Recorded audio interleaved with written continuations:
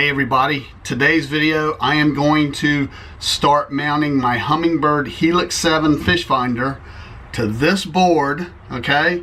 And then I'm gonna mount everything as one unit to my Hobie Outback Kayak. So this is gonna be part one. I think I'm gonna need to break this video up into two parts. So here we go, part one.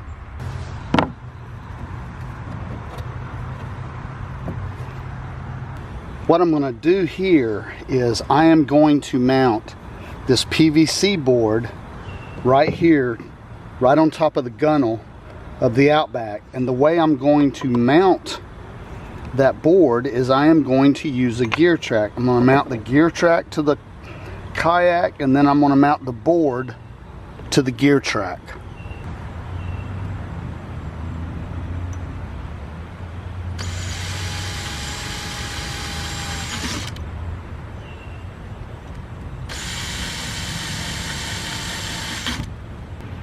I've pre-drilled those holes on the kayak, a couple of them to get it started, and I'm using stainless 10x1 screws.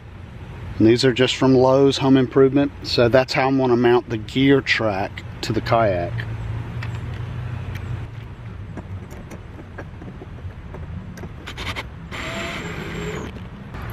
These 1.5 inch 1/4x20 screws, I'm going to use these to slide into the gear track. I've got a washer on it that will hold it secure in the track, and this is what's going to actually clamp and hold the PVC board to the gear track.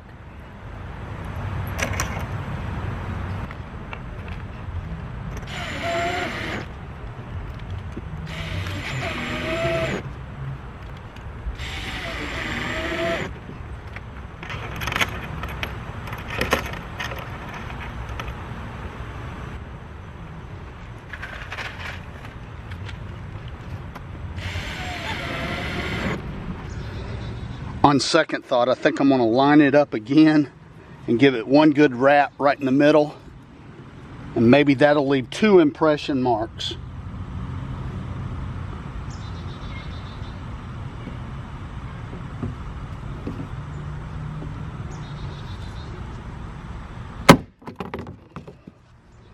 Yes, it did.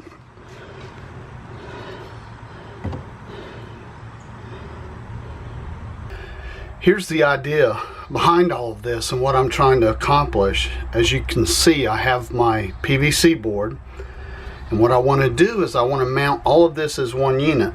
So I've got my Humminbird Helix 7, I'll attach it to the board. I've got my Aqua power supply, and right there is the ram mount that I'll use to mount my transducer arm and swing over the side of the kayak.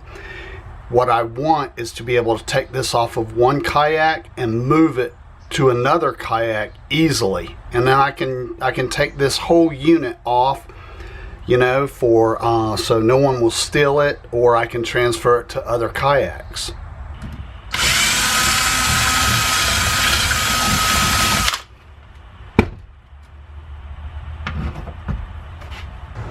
I've got my gear track all ready to go. I've drilled my holes in my board, so now I'm going to line up the holes with the bolts.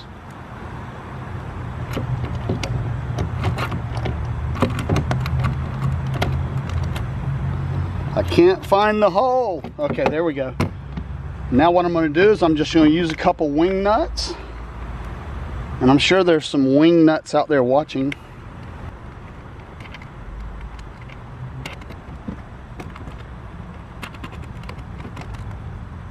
Okay, right there, that is mounted now, and it's not going anywhere.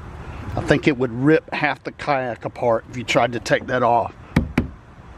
Okay, to help you visualize, this is going to mount right there, and then right behind it, I'll have the power supply, and then here at the end, I'll have the drop over transducer arm.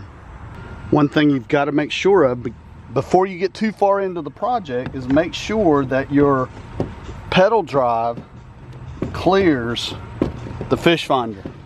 You don't want to do all that work and discover that you didn't mount it in such a way that it would miss the pedal drive.